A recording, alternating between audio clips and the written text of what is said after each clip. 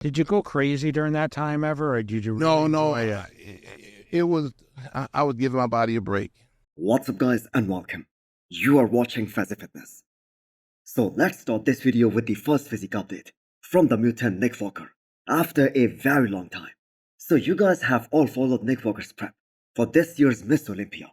And one thing that was really different about Nick Walker's this prep compared to his previous ones was that Nick Walker did not post any progress pictures whatsoever. And later we did find out why that was the case.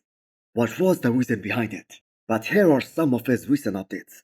Now I have got to say the angle at which these pictures are taken, that's kinda weird, because it's making his legs look really short, especially in comparison to his upper half, not to mention kinda small, which has been one of the biggest flaws of Nick Walker's physique in the past few years. Now I believe he came off everything the moment he decided that he won't be able to compete at this past Miss Olympia. So this is most probably what we call the cruise phase for Nick Walker, because he isn't doing any of these upcoming shows, at least not this year. So by that metric, he looks very decent and really impressive, especially body fat wise. So there are too many question marks regarding Nick Walker at the moment, and the biggest one being, who is gonna coach him for 2025? After all, he was the biggest name that Matt Jensen had on his resume, a 2 times New York Pro champion, an Arnold Classic champion, a top 3 at Miss Olympia, and the man has got a huge fan following as well. So Nick Walker has achieved so many great things in such a short amount of time because the man did his pro debut back in 2020. So Nick Walker has got a lot of work to do for 2025. So will he go back to Dominic Brandon, aka Don Super Sliced? Because the man looked really great in one off season that he did with Dominic. In at all. No drugs. No drugs. The guys don't have. There's no such thing as TRT or bridging or anything like that. And what?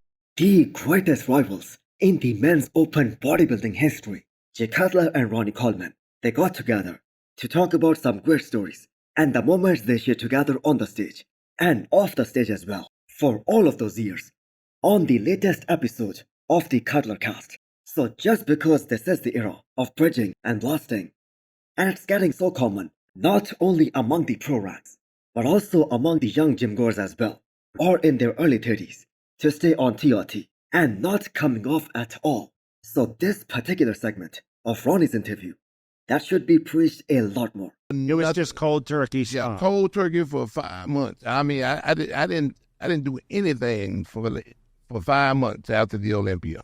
So this is the 8 times Miss Olympia we are talking about. The greatest bodybuilder in the history of the sport, saying he came completely off everything for a few months after every Miss Olympia. And Jay Cutler has also stated, and that too multiple times, that this concept of blasting and cruising, that did not exist when he was up and coming. But in this modern era, in this modern age, you see this trend everywhere. So Samson Dauda, the reigning Miss Olympia, he is the only one who openly talks about this. And the man who also preaches that he takes 8 weeks completely off everything after every major competition that he does, to give his body a much needed break, some rest, to recover. Now we can all agree that Ronnie Coleman's physique, that is the greatest Miss Olympia of all time. No other Miss Olympia in their prime could have beaten Ronnie Coleman. So these things, they must be taken very seriously. Next up we have an off-season physique update from Regan+Best. So he still has got a few more months of proper off-season before he starts cutting down and he picks up a show for 2025. And the thing is, Regan has been sitting on the sideline for more than 1 year now, and he just cannot wait to strip off all that fat and showcase all that new muscle that he has built over this past 1 year. So his last show, that was the Olympia 2023, that was his all-time best. And that is why he was able to crack top 10 in the world. To be precise, he was 9 that year. But that was kind of a weak lineup.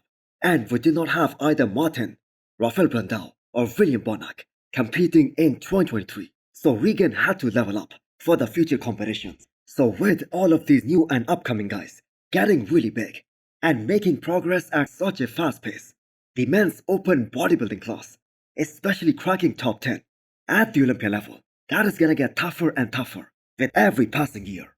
And this might be the last time Regan is taking a full year off to focus on getting bigger, putting on some real muscle. Because as professional athletes, all of these guys have a short career. And Regan already took 2 years in the last 2 years off. So this is the one that has to count. And he has to make the maximum out of this one. So Regan has great aesthetics. He was in a spectacular condition at his last showing. Can he bring up his biceps and his chest? Because these are the two areas that are really keeping him behind.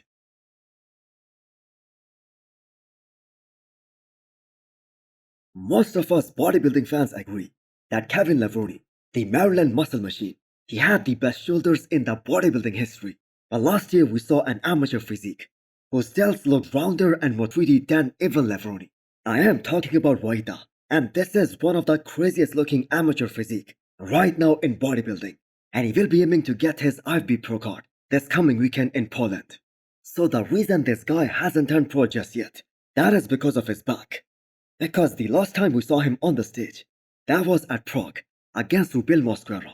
So unlike his front, which is pretty damn impressive for an amateur, his back is still very shallow. And going by this video from last year, he needed tons of work to bring up his back to get to pro level status. So the good thing is that he had almost 1 year to work on that area and show up better in every aspect.